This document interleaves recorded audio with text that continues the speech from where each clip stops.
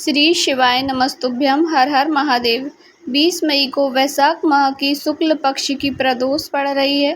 प्रदोष का व्रत भोलेनाथ को प्रसन्न करने के लिए किया जाता है और प्रदोष के दिन पूज्य गुरुजी पंडित प्रदीप जी मिश्रा की कथा, शिव महापुराण की कथा के बहुत सारे उपाय हैं जो गुरुजी ने व्यासपीठ से बताए हुए हैं और उसमें वैशाख माह की प्रदोष तो बहुत ही महत्वपूर्ण होती है। वैशाख माह की प्रदोष पर जो भी उपाय किए जाते हैं वे हमें अनंत गुना फलों की प्राप्ति करते हैं। वैशाख का पावन महीना वैसे भी भोलेनाथ को अति प्रिय होता है और इस पर प्रदोष पर जो उपाय हम करेंगे उससे हमारे कार्य में उन्नति होगी, हर कार्य पूर्ण होगा।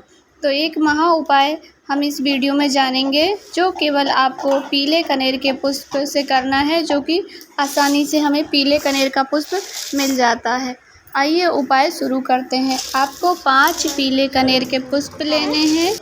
कनेर के पुष्प लेने के पश्चात आपको जाना है शिवालय मंदिर। आप चाहें तो सुबह टाइम चले जाएं, आप चाहें तो शाम टाइम चले जाएं। एक घी का दीपक भी आपको लेकर जाना है, गोल बाती का, और जो भी आप पूजन सामग्री ले जाना चाहते हैं वह आप लेकर जा सकते हैं।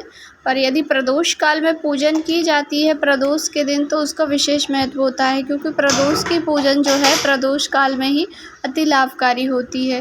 तो आप पूजन सामग्री, जल, जो भी आप लेकर जाना चाहते हैं लेकर शिवालय पहुंच जाइए। सबसे पहले आपको दीपक प्रज्वलित कर लेना है।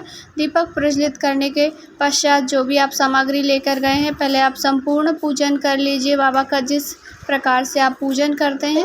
उसके बाद आपको 5 कनेर के पुष्प जो आप लेकर गए हैं उसमें से पहला पुष्प आपको गणेश जी के स्थान पर समर्पित करना है, जिसमें खिला हुआ भाग पुष्प का भगवान भोलेनाथ की ओर, शिवलिंग की ओर होना चाहिए। दूसरा वाला पुष्प स्वामी कार्तिकेय के स्थान पर समर्पित करना है, उसमें भी खिला हुआ भाग शिवलिंग की ओर होना चाहिए।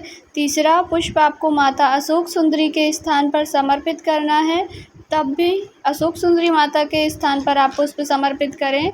उस समय भी भगवान भोलेनाथ की ओर पुष्प का मुख खिला हुआ भाग होना चाहिए।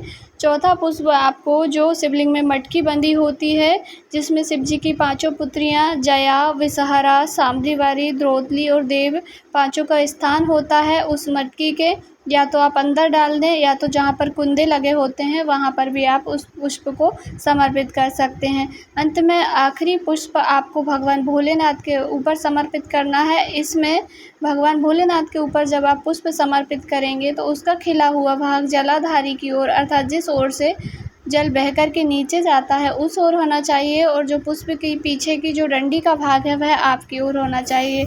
जब आपके 5 पुष्प समर्पित हो जाए उसके बाद आपकी जो भी कामना है, जो भी इच्छा है, जिस कार्य के लिए आप यह उपाय कर रहे हैं बाबा से उसके लिए प्रार्थना कीजिए।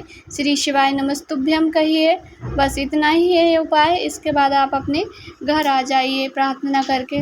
गुरुजी कहते हैं प्रदोष के दिन जो भी व्यक्ति इन 5 पुष्प के उपाय को भोलेनाथ के शिवलिंग के ऊपर कर लेता है उसके हर कार्य में उसे सफलता मिलती है, क्योंकि कनेर का पुष्प जो होता है भोलेनाथ जी को अति प्रिय होता है और छोटे छोटे से उपाय हमारे जीवन में बदलाव लाते हैं।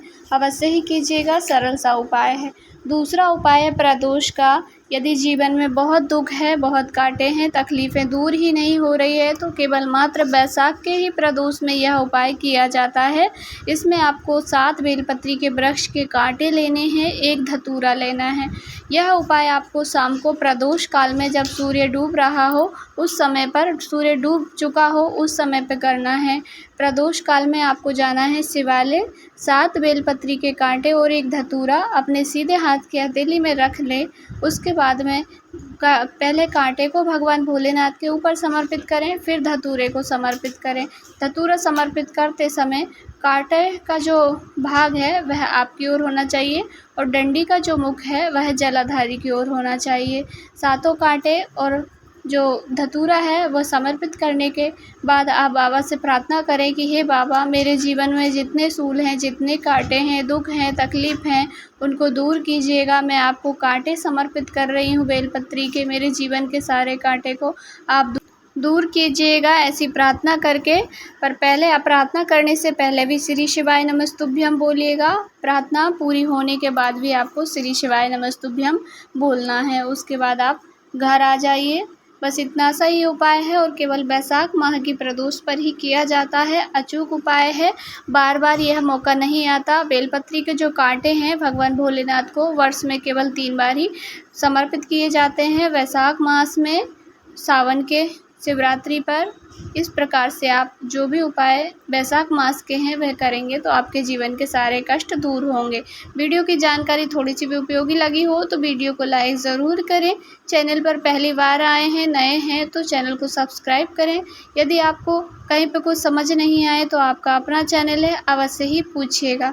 कमेंट में भगवान भोलेनाथ का जयकारा अवश्य ही लगाएं। वैशाख का पावन महीना है, इसमें आप मंत्रों का दान भी करेंगे तो भी आपको अनंत गुना फलों की प्राप्ति होगी। और यदि अभी तक आपने बेल का फल बाबा को समर्पित नहीं किया है तो एक बेल का फल वैशाख माह खत्म होने से पहले अवश्य ही समर्पित करें, क्योंकि वैशाख के माह में अगर हम एक बेल का फल भी बाबा को समर्पित कर देते हैं तो उससे हजारों अश्वमेध यज्ञों का हमें पुण्य प्राप्त होता है।